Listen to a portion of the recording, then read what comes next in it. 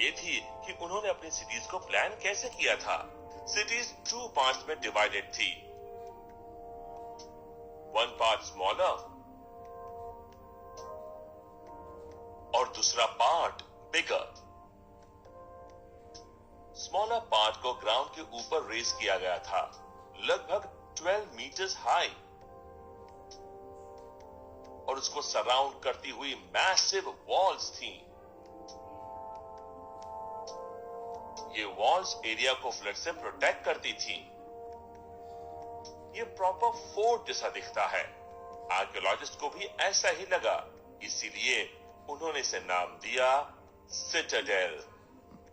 ज्यादातर important people जैसे कि किंग्स, रॉयल फैमिली, प्रीस्ट्स, वो सब यहीं रहते होंगे।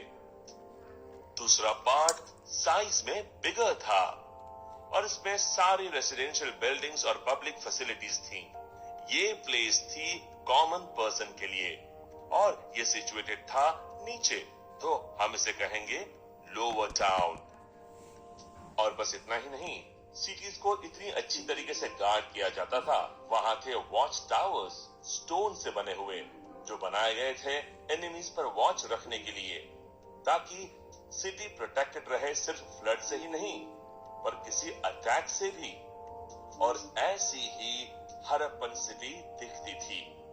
हरप्पन सिटीज में वाटर सप्लाई के लिए अमेजिंग सिस्टम थी।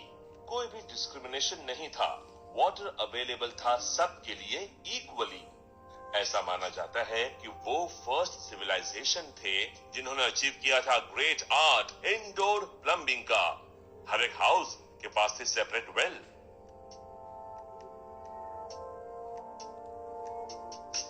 और कम्युनिटी वेल्स भी थी। उन्होंने इन्हें इतनी क्लीन और हाइजीनिक रखी थी। उनकी सैनिटेशन सिस्टम एकदम बेस्ट थी। पूरे वर्ल्ड की कोई भी सिटी इतनी क्लीन नहीं थी जितनी हमारी इंडस वैली सिटीज। हर एक हाउस से वेस्ट वाटर नीचे फ्लो करता था, स्मॉल ड्रेन्स के अंदर।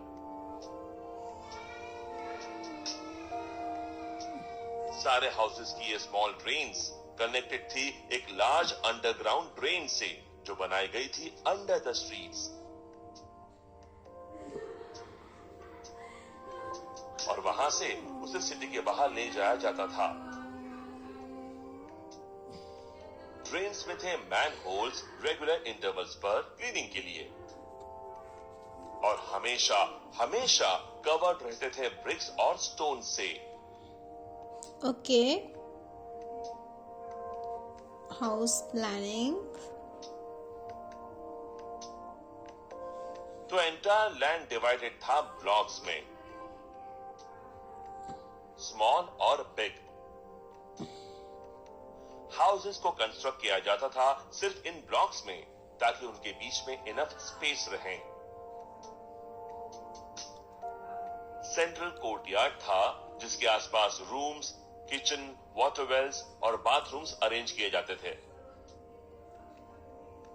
लार्जर हाउसेस के साथ भी स्मॉलर ड्वेलिंग्स कनेक्टेड थी, शायद गेस्ट्स और सर्वेंट्स के लिए।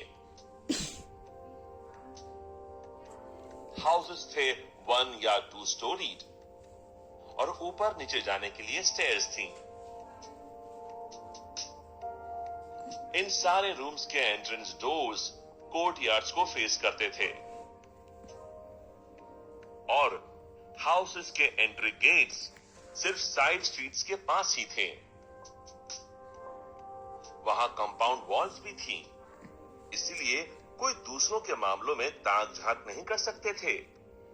इसलिए नोजी नेबर्स उनके लिए जगह नहीं थी।